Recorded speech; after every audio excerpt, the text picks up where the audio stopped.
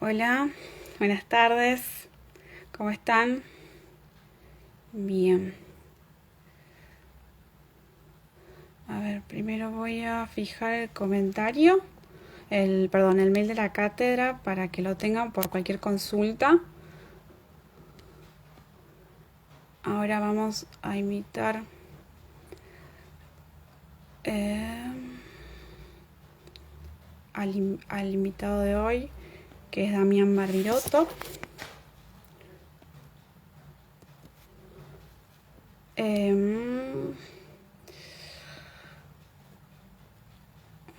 Gmail.com.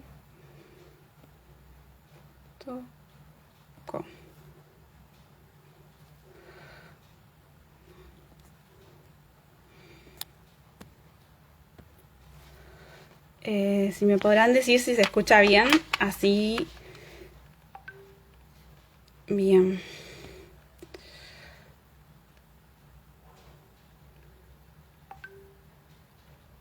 Oh, a ver, me están diciendo, yo soy...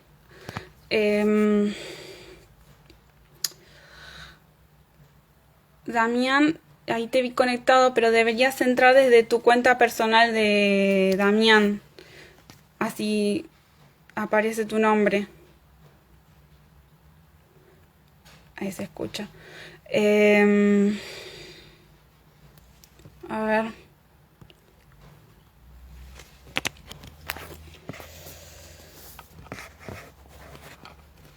Bien.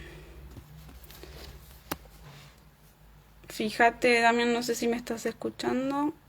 A ver si te conectas desde tu cuenta para que podamos hacerlo desde ahí.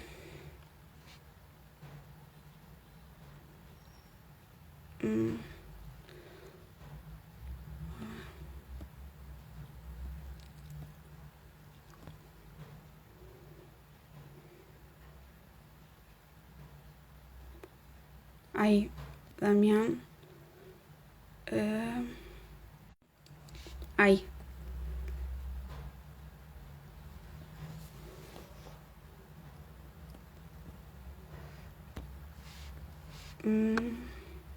Bien, ahí está.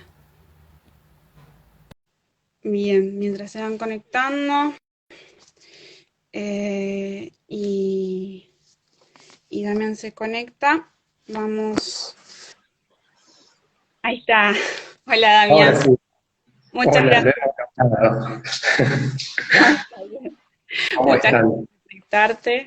Te agradezco que de parte del doctor Seda y de todos que te hayas conectado con nosotros y por esta charla.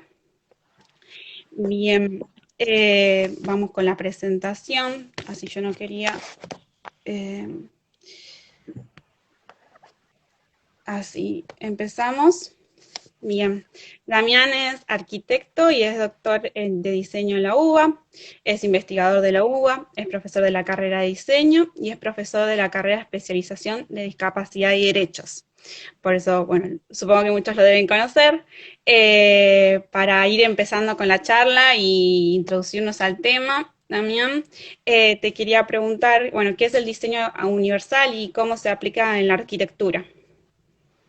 Bien, el diseño universal es un camino para hacernos la vida más fácil. A todos, en realidad, no solamente a las personas con discapacidad. Uno de los aspectos fundamentales que tratamos de inculcar en las cátedras de diseño es que hay un solo diseño, no hay un diseño común y un diseño especial. El diseño universal tiene 7 parámetros, 7 principios, que son puertas de entrada para tratar de acercarnos a ese objetivo. Me los anoté acá, como para no olvidarme de ninguno. Los vengo aplicando hace un montón, pero no quiero que se me escape ninguno. Pero hacemos un breve recorrido, muy chiquitito por cada principio.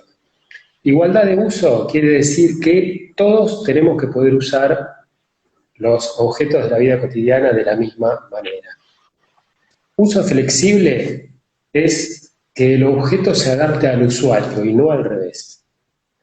Uso simple y funcional es que todo lo que nos rodea tenga un uso intuitivo, tenga un uso sencillo, fácil de comprender, que no tengamos que hacer un curso ni tener que recurrir a un manual de instrucciones. complejo para poder utilizar algo. Todo lo que tiene que ver con ajustes dimensionales, dimensiones, antropometría, también es uno de los principios. Es decir, todo tiene que brindarnos las dimensiones adecuadas para que nos manejemos con comodidad, que no tengamos que adoptar posiciones forzadas, posiciones que nos cansen. El diseño tiene que comunicar, eso hace referencia a la información comprensible. Es decir, el diseño tiene que ser fácil de entender, tiene que darnos las señales necesarias, redundantes a veces en distintos sistemas de comunicación, para que uno lo pueda utilizar independientemente de su capacidad física. Cuando se habla de tolerancia al error, que es otro de los principios, quiere decir con minimizar riesgos, quiere decir con que el diseño esté preparado para brindar el máximo nivel de seguridad que sea posible.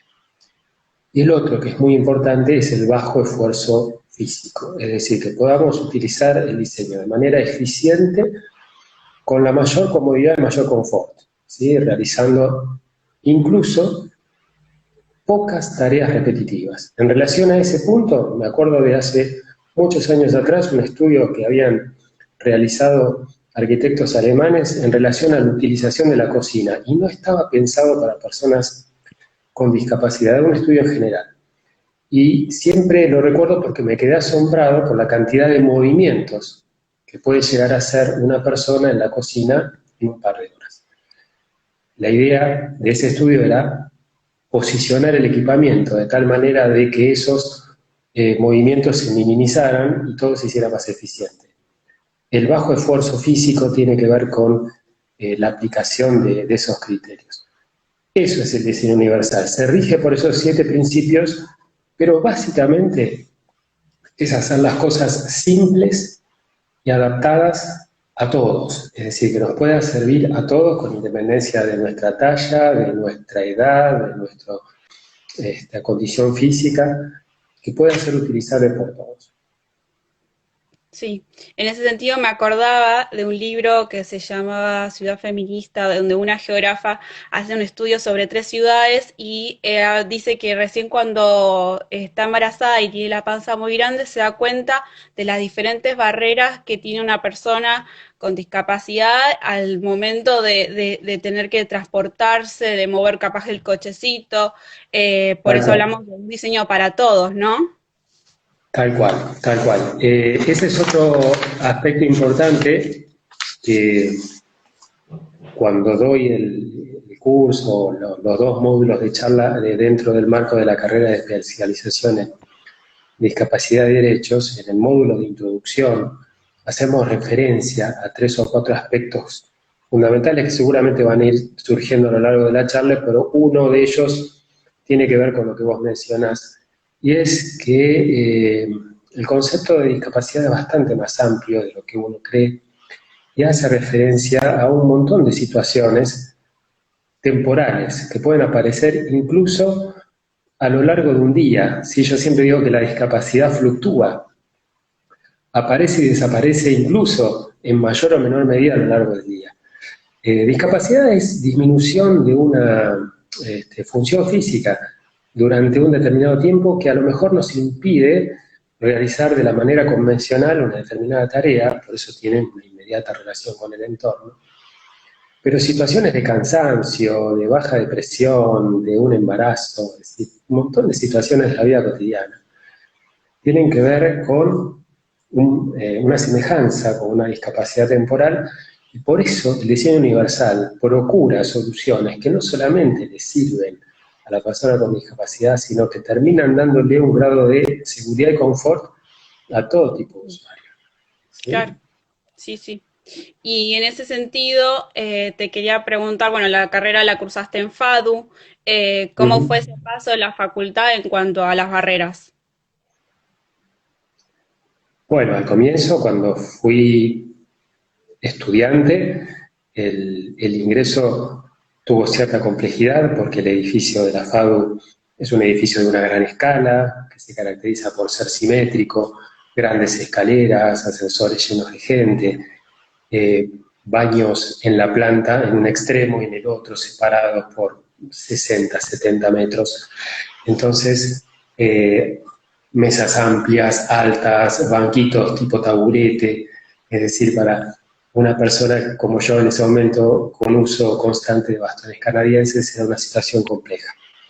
Entonces, bueno, me fui adaptando con el paso del tiempo a esa situación, y después, hacia el final de la carrera, cuando ya estaba por graduarme, al poquito tiempo de graduarme, es que nace la idea de la Comisión Promedios Accesibles, y ahí empezamos una tarea que incluyó varios flancos, varios perfiles. Uno era el de la difusión, otro era el de la capacitación y la enseñanza dentro de la universidad, y otro específico era hacer trabajos y tareas para que nuestro edificio universitario fuera más accesible. Se empezó por ahí y dio sus frutos, porque hoy en día el edificio del Pabellón 3 tiene un grado de accesibilidad razonable, hay un estacionamiento que está señalizado, que está preparado para que la persona deje ahí su automóvil, hay un baño adaptado por planta, es decir, hay una serie de elementos que en su momento no existían y que de alguna manera brindan una comodidad y un confort importante, ¿no? Y aparte ustedes, bueno, contame esa situación que pasó con el Mundial del 94, que lo contás al doctor Seda en el libro Discapacidad y Universidad. Claro, eso es el Mundial de Estados Unidos. A poquito tiempo que yo me recibo, era la época en donde no había celulares, no había streaming, o sea, no había otra posibilidad que ver un partido de fútbol en un televisor común. Entonces se instalaron un par de televisores en nuestro patio central, que está elevado unos 6 escalones por sobre el nivel cero. Entonces se me producía la situación de tener que ver el partido de lejos, y era un televisor muy chiquitito. Entonces se me ocurrió, a partir de ese disparador, escribirle una carta a la decana, que en ese momento era Carmen Córdoba, relatándole esa situación, esa dificultad puntual, pero después haciéndole otros comentarios acerca de las necesidades del pabellón 3 y de nuestra intención de tener una comisión. Y tuvimos una muy buena respuesta. Carmen fue muy colaboradora, muy comprensiva, siempre tuvo un espíritu de mucha colaboración con nosotros, y a partir de ahí empezamos a meterle para adelante, ¿no? Y a hacer cosas. Y en ese sentido, vos en el libro de Universidad de Discapacidad también le contás al doctor Seda de la necesidad de integrar como materia la accesibilidad en el programa de la carrera. Eso fue más o menos en el 2014, hoy 2021 se pudo integrar, y de consulta se pudo integrar, y si, cuál es la importancia de tenerla como materia dentro de la carrera. Es una importancia crucial, ¿sí? De alta relevancia, por lo que decíamos al principio. El alumno ya desde diseño 1 tiene que tener conciencia de que hay un único diseño, no hay un diseño común, estándar, y después un diseño especial que se puede agregar. Es decir, hay que eliminar la idea del agregado posterior. Todo lo que tiene que ver con la accesibilidad, con el diseño inclusivo, tiene que nacer desde el principio con el proyecto original. Entonces, la inclusión en la currícula ha pasado por distintas instancias. En nuestra facultad, ya desde la década del 80, existía una materia electiva de barreras arquitectónicas, urbanística del transporte. Después esa materia electiva dejó de estar, y la presencia del tema estuvo dentro de la materia legislación y dirección de obra, que de alguna manera es una presencia relevante porque le llega a todos los alumnos, pero tenía la contra de que está en el último año de la carrera. Entonces el alumno toma contacto con el tema recién cuando se está por graduar. Actualmente la materia electiva vuelve a estar ya desde hace unos años con otro nombre, ¿sí?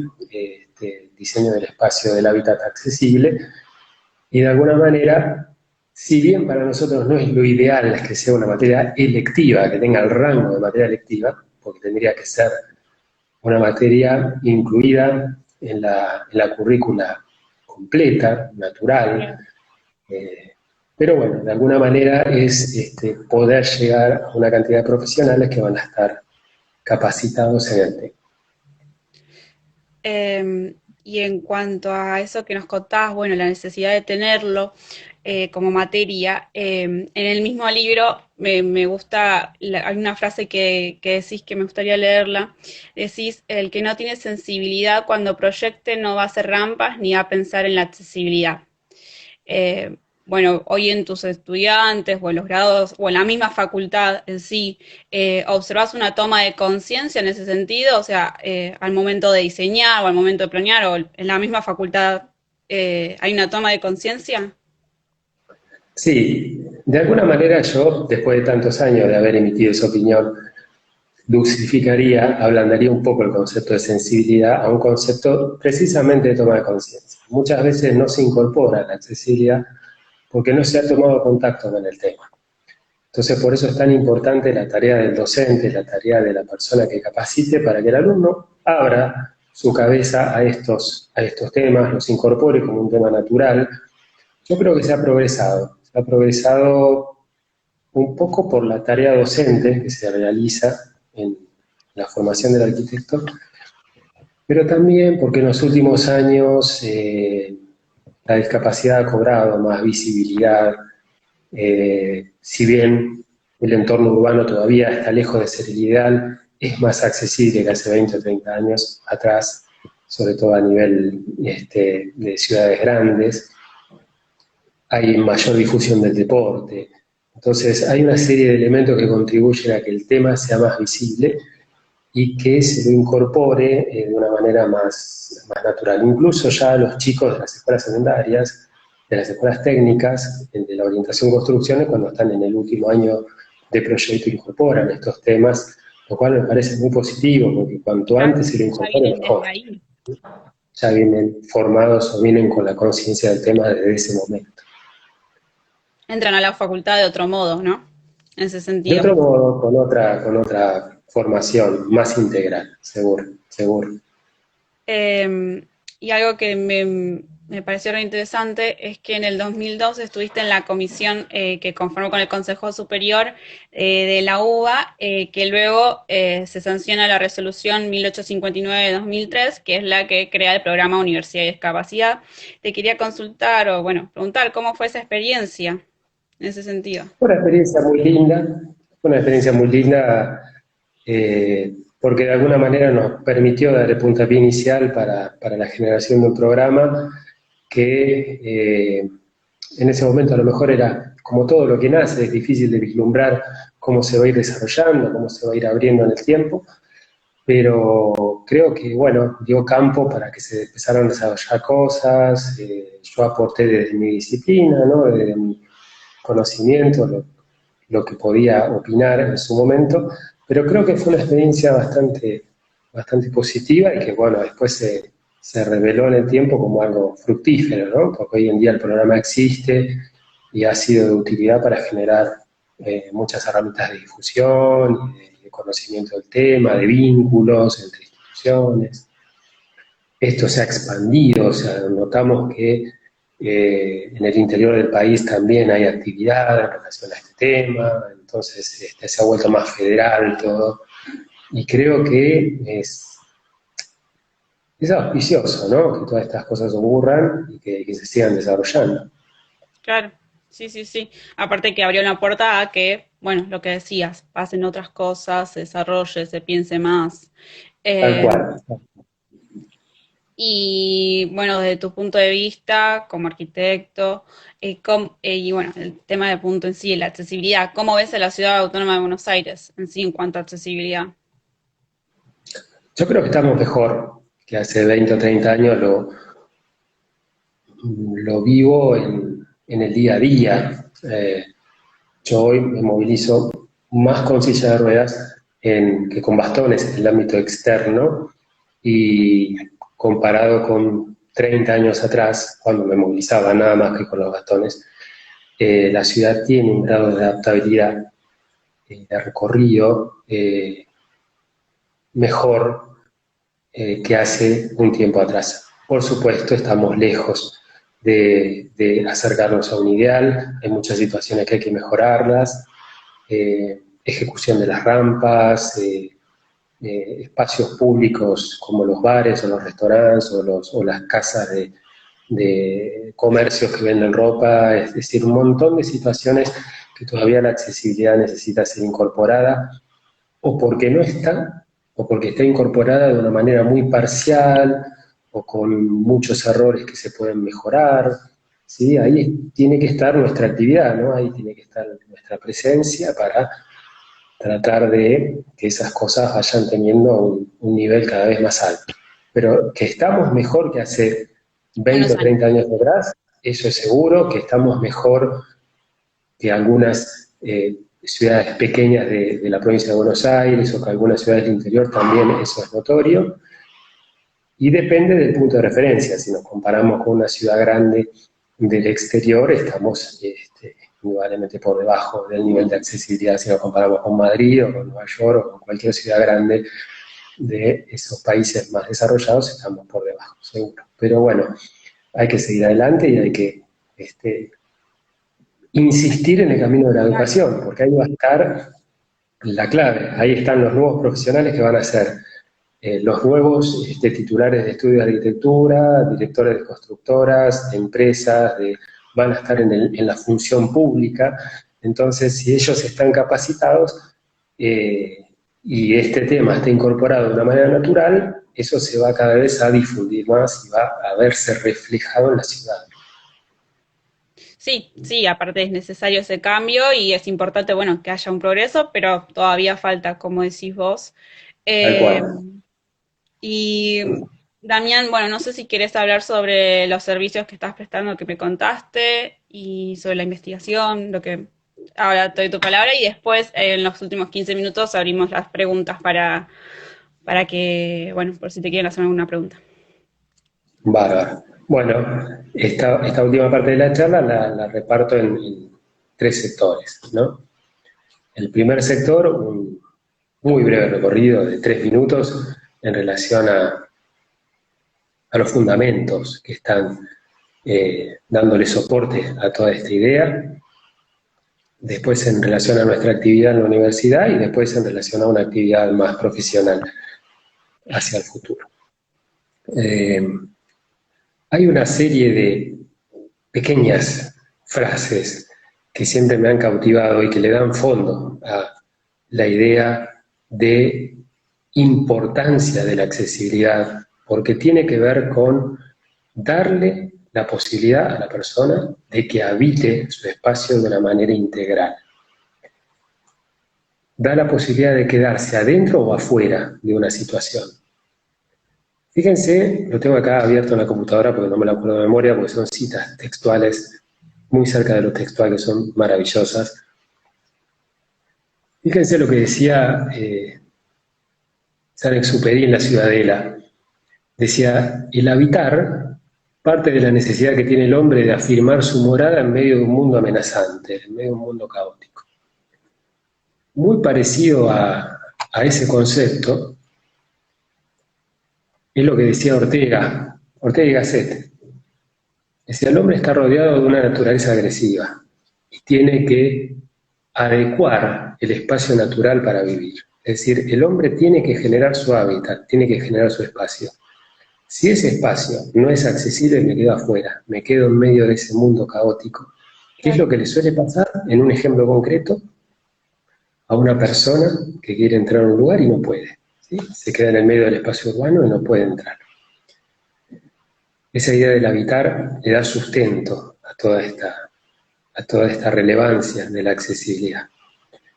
Después está todo lo que el diseño universal promueve, todo lo que estimula. Siempre nos enseñaron en la universidad que el diseño, tanto de objetos como de espacio, puede promover actitudes o las puede inhibir. Si vos tenés una cocina bien diseñada, un baño bien diseñado, un espacio para hacer ejercicio, cualquier actividad va a ser estimulada. Va a haber posibilidad que te desarrolles, que puedas ser autónomo, que puedas hacer cosas por los demás, incluso. Eso es muy importante, sacar a la discapacidad de la idea de ser receptor. La persona con discapacidad tiene que ser protagonista, no solo para su vida personal, sino para hacer cosas por los otros, pero para eso el entorno tiene que proveerle las condiciones adecuadas. Entonces el entorno me puede estimular o me puede inhibir. Ahí está otra de las claves de este tema. El otro aspecto era lo que ya mencionamos, esto no es para la persona con discapacidad nada más, es para todos. Un diseño universal bien hecho le va a proveer confort y seguridad a todo el mundo. Tercer aspecto fundamental. Y el otro, que tiene que ver más con la imagen, pero que no es algo menor, es que el diseño, como hay un único diseño, y así como nosotros cuando vamos a una casa de electrodomésticos, muchas veces decidimos la compra de un electrodoméstico en base a la imagen o de una lámpara o de una prenda de vestido, todos los productos y las producciones de diseño de carácter universal, o incluso aquellas producciones que tienen que ver específicamente para la persona con discapacidad, una silla de ruedas, un bastón, también tienen que tener esa dosis de estética y de belleza, porque ese objeto lo va a acompañar a lo largo de muchas horas durante mucho tiempo. Entonces es muy importante que el diseño otorgue ese rango de belleza a la vida cotidiana. Hay una cita en relación a eso, de un libro fantástico de Bruno Munari. Él tiene un libro que se llama El arte como oficio, y dice lo siguiente, dice, el proyectista establece, le da el poder al proyecto de establecer el contacto perdido desde hace tiempo entre el arte y el público.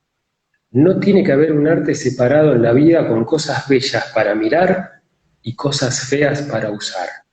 Es decir, él hace una comparación entre lo que es las bellas artes, las esculturas, los cuadros, las cosas bonitas y los elementos de uso cotidiano, y les da el mismo rango, como que tienen que tener el mismo nivel de desarrollo estético. Y ahí conecto con lo que hacemos en la universidad hoy en día. Actualmente yo estoy vinculado a la cátedra de análisis de productos, que es una materia de diseño industrial de la carrera de diseño industrial. Si bien no forma parte estricta de la currícula, incorporamos una clase especial en donde le mostramos a los alumnos productos y desarrollos que tienen que ver con el diseño universal. Básicamente tratando de que se genere esa toma de conciencia, ¿sí? Claro. Tomen contacto con el tema y que descubran esa capacidad potencial que ellos tienen para cambiar la calidad de vida de las personas. Esas dos cosas son fundamentales. Tomar contacto con el tema y ser consciente de lo que puedo llegar a ser como diseñador, de lo que puedo ayudar a los demás como diseñador. Lo que puedes cambiar la vida al otro también por ese diseño. Exactamente. Exactamente. Hacia el final tenemos un trabajo práctico muy divertido, muy lindo, muy estimulante, en donde nosotros le damos un producto para que analicen, que puede ser un producto de cualquier índole, de la vida cotidiana, y después le damos un producto sorpresa en donde tienen que transferir las características estéticas de un producto al otro, de una marca a la otra. Y muchas veces en ese ejercicio incorporamos productos del diseño universal o incluso productos directamente utilizados por personas con discapacidad solamente. De esa manera entran de una manera atractiva al tema, entran directamente por el diseño y se dan cuenta que los mismos principios de diseño que se aplican, las mismas técnicas, las mismas metodologías de diseño que se aplican para los productos de la vida cotidiana, como dije recién, una lámpara, una plancha, una licuadora, un equipo de música, una computadora, una tablet, todos los principios estéticos que rigen el diseño de esos objetos pueden ser aplicados también a un producto para personas con discapacidad. Claro.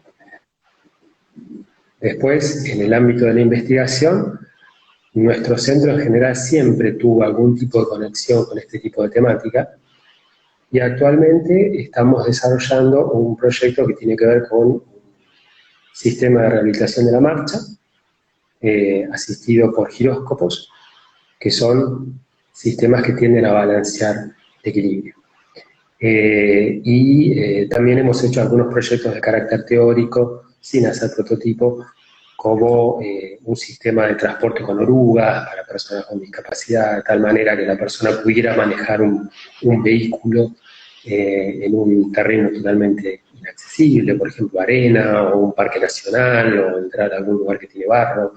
Claro. Es decir, siempre tratando de que el alumno abra la cabeza a horizontes completamente diferentes y han dado resultados muy, muy lindos y muy, muy estimulantes.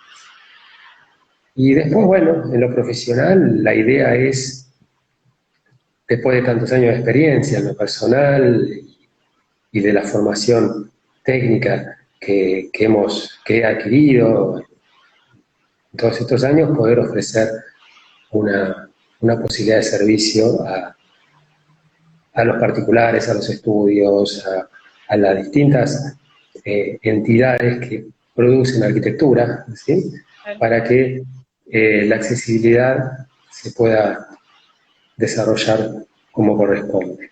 Porque si bien mucho de lo que tiene que ver con la accesibilidad está en las leyes, está graficado con algunos esquemas, sorprendentemente vemos con mucha frecuencia que en los accesos a edificios o en los sanitarios de los bares y restaurantes, esos principios están aplicados, pero están aplicados siempre con alguna cosa que no termina de completar bien el resultado. Claro. O la pendiente no es la adecuada, o el solado no es el antideslizante, o faltan elementos de seguridad, o están puestos a la altura equivocada. Es decir, siempre falta Siempre alguna falta cosita que algo se para puede. terminar, para que sea accesible, ¿no?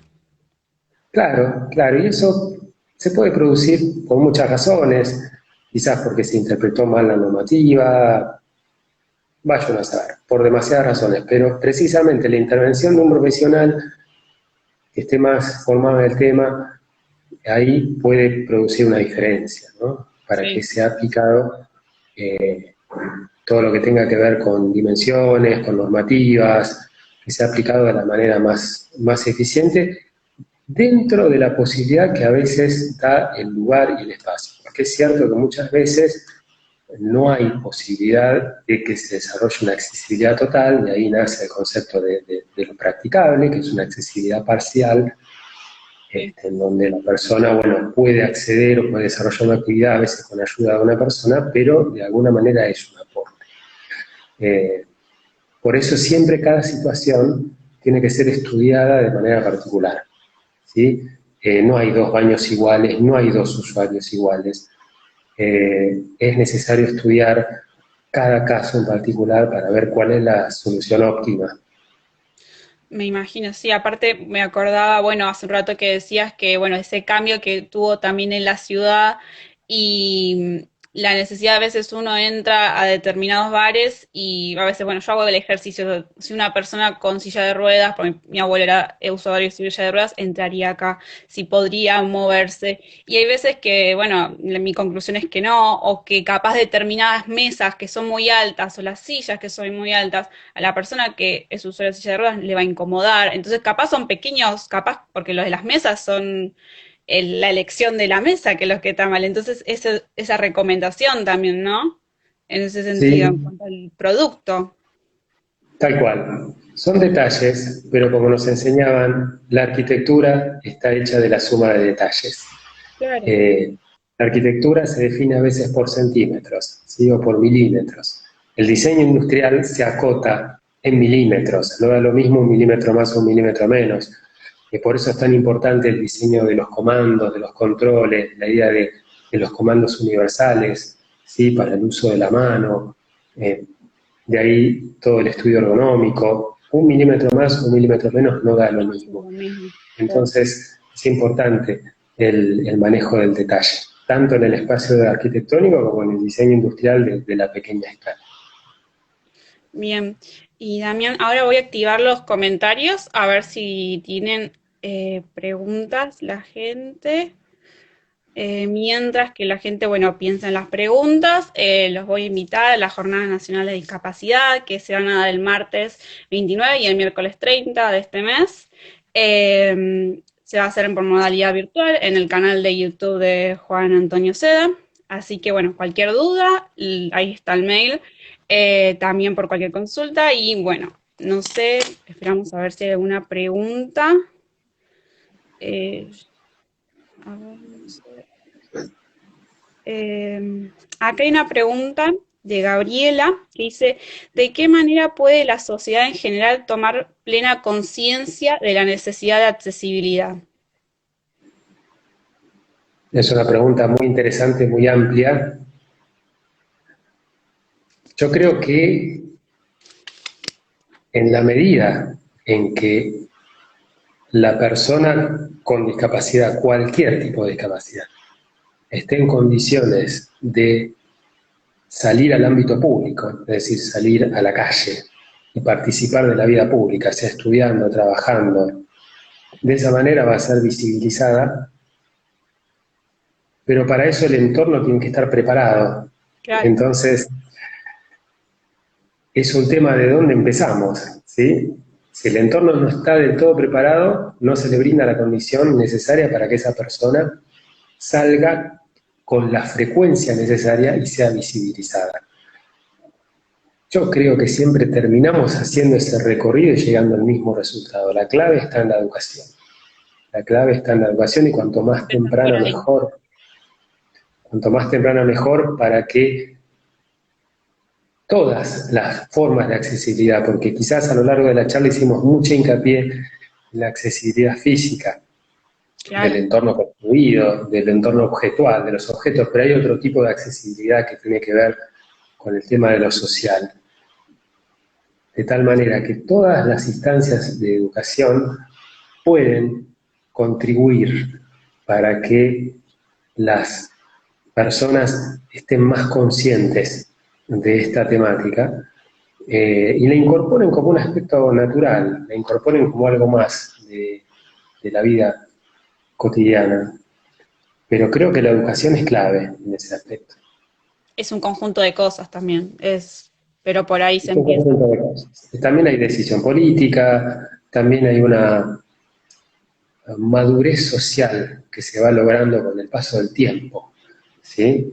Eh, que tiene que ver ya con un conjunto de factores que van más allá de la educación específica en una temática, ¿sí? Tiene que ver con toda nuestra madurez como conjunto social, ¿sí? Y acá Noé pregunta, ¿qué incentivos tiene el sector privado para hacer accesibles sus espacios?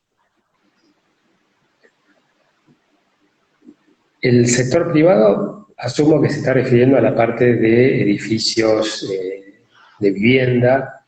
Eh, hay un código de edificación, por ejemplo, la ley 962 de nuestro código de edificación de Cava establece una serie de normativas para que un edificio sea accesible. Los edificios nuevos o aquellos que vayan a ser remodelados tienen que cumplir con esa normativa.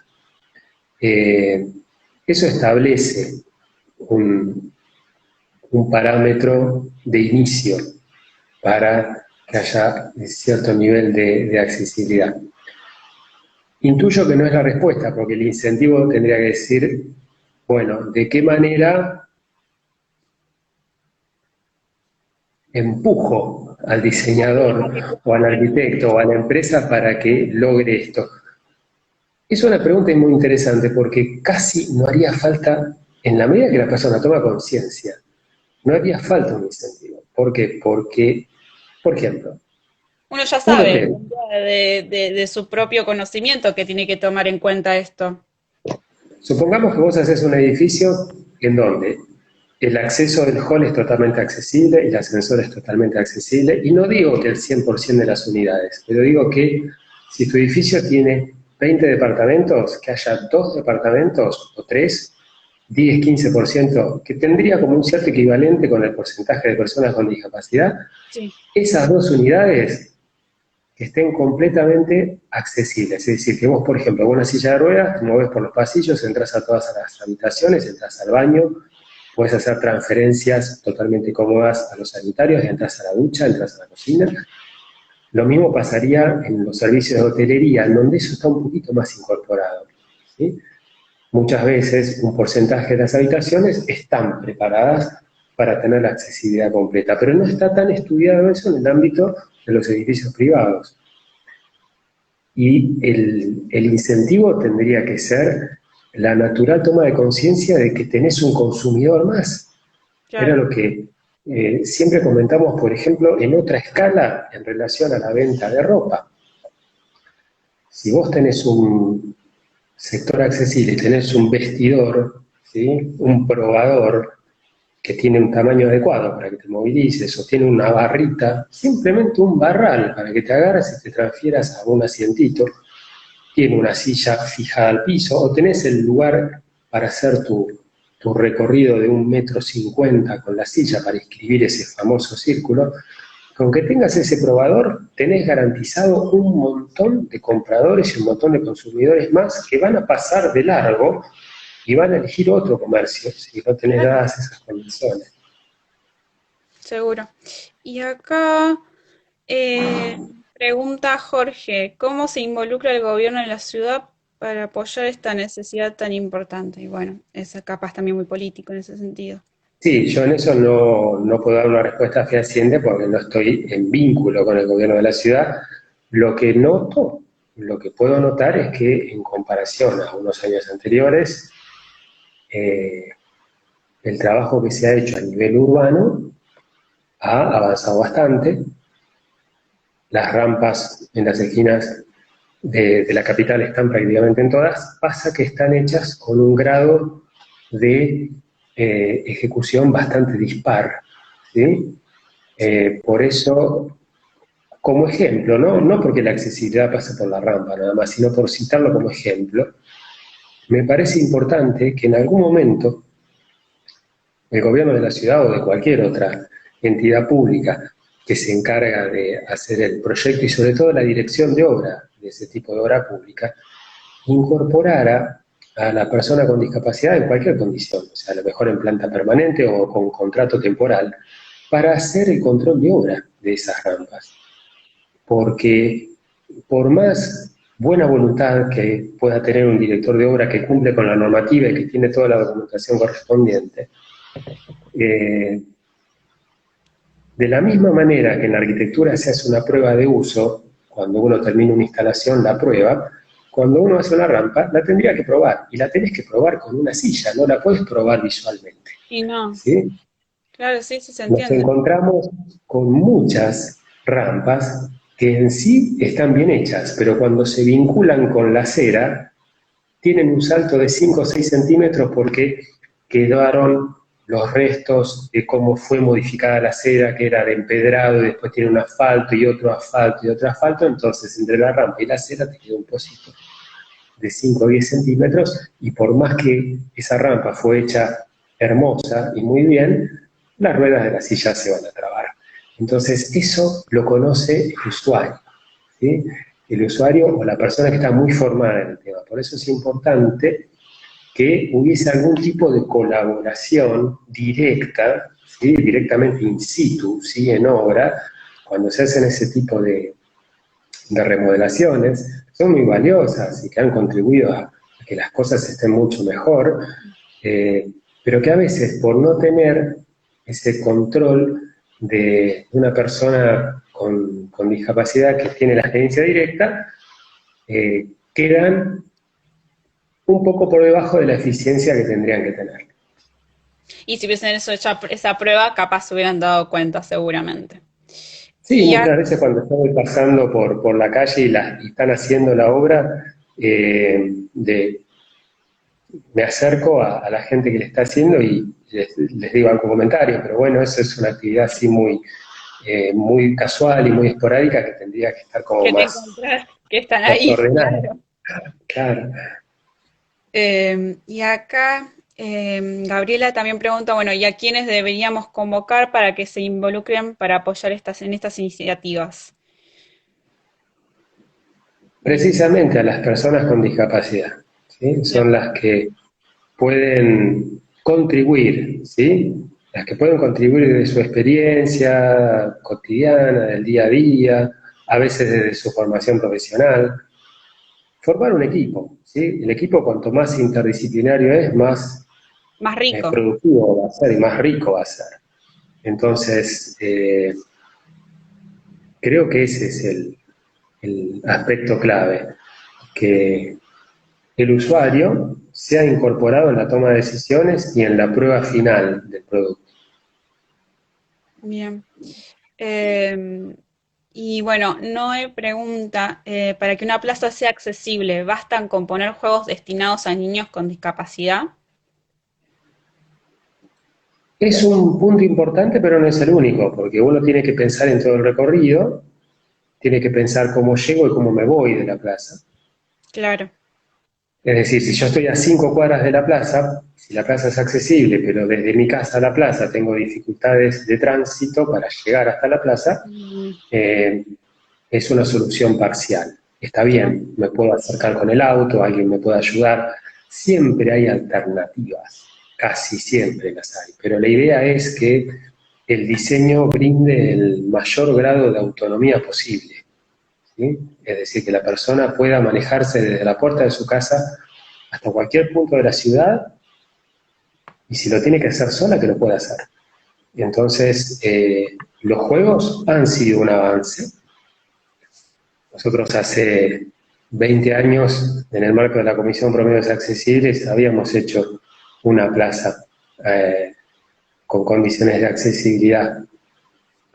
Eh, y fue una experiencia muy linda, muy a pulmón, muy interesante.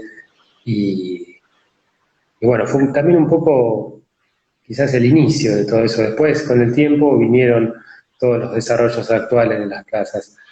Eh, pero creo que se tiene que pensar eh, En un no todo. en la plaza, exacto, no en la plaza, en el bar, en la casa, sino en un circuito. Se tiene que pensar en una totalidad que esté toda vinculada, porque si no, nos van quedando parchecitos, ¿sí? Nodos aislados, pero que nunca terminan de estar vinculados.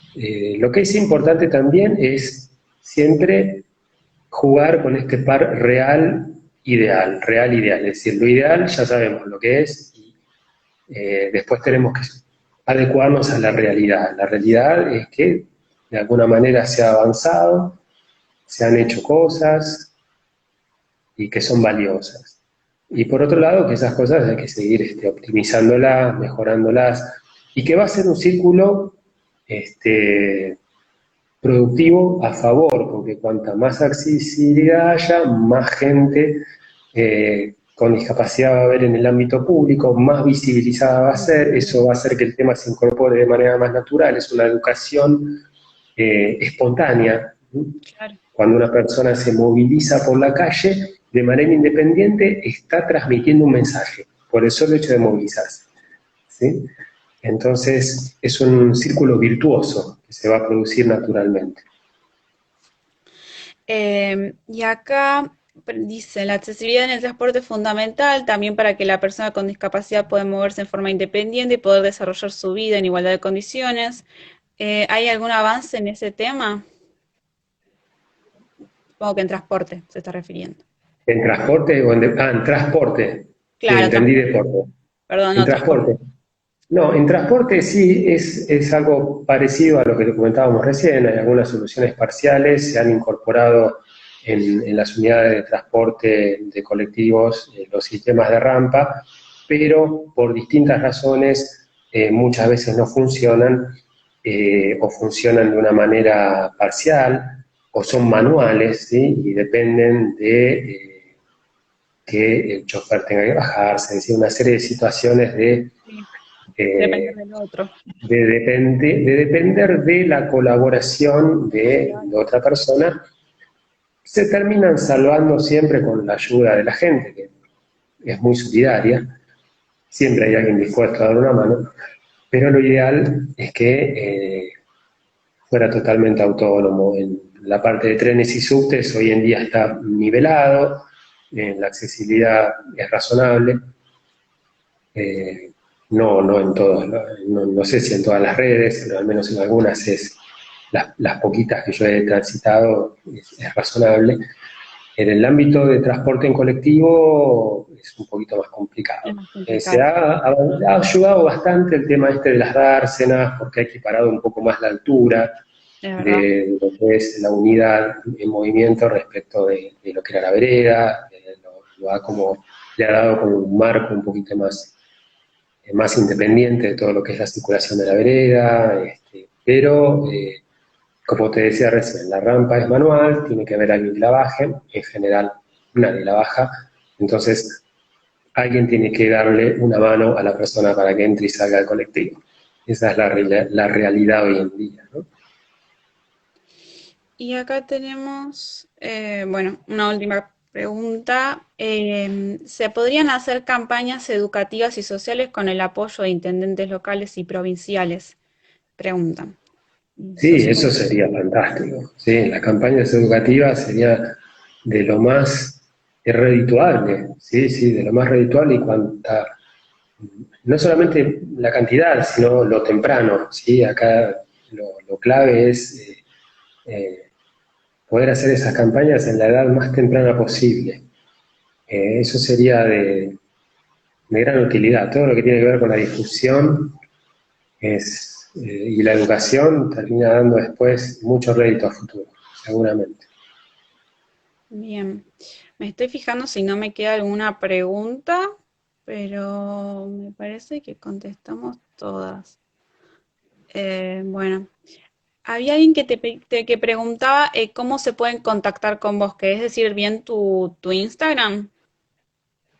Sí, mi Instagram es Damián Barbiroto, sí, mi nombre todo seguido, Damián Barbiroto, que larga las dos veces, doble T. Bien, yo me fijo si falta algo, alguna pregunta. Bueno, pero me parece que bien. Bueno, Damián, muchas gracias por la entrevista, por quedarte acá, por responder todas las preguntas. Fue Ha muy sido un interesante. placer, ha sido un placer.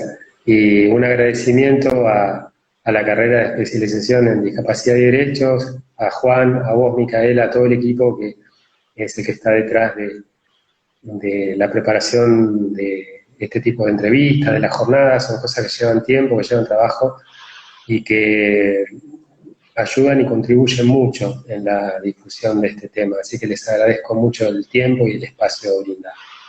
Bien. Bueno, muchas gracias a todos por conectarse y por las preguntas. Y bueno, las jornadas van a ser el 29 y el 30 de junio, modalidad online, por el canal de YouTube de Juan Antonio Sea. Bueno, muchas gracias. A ustedes, muchas gracias.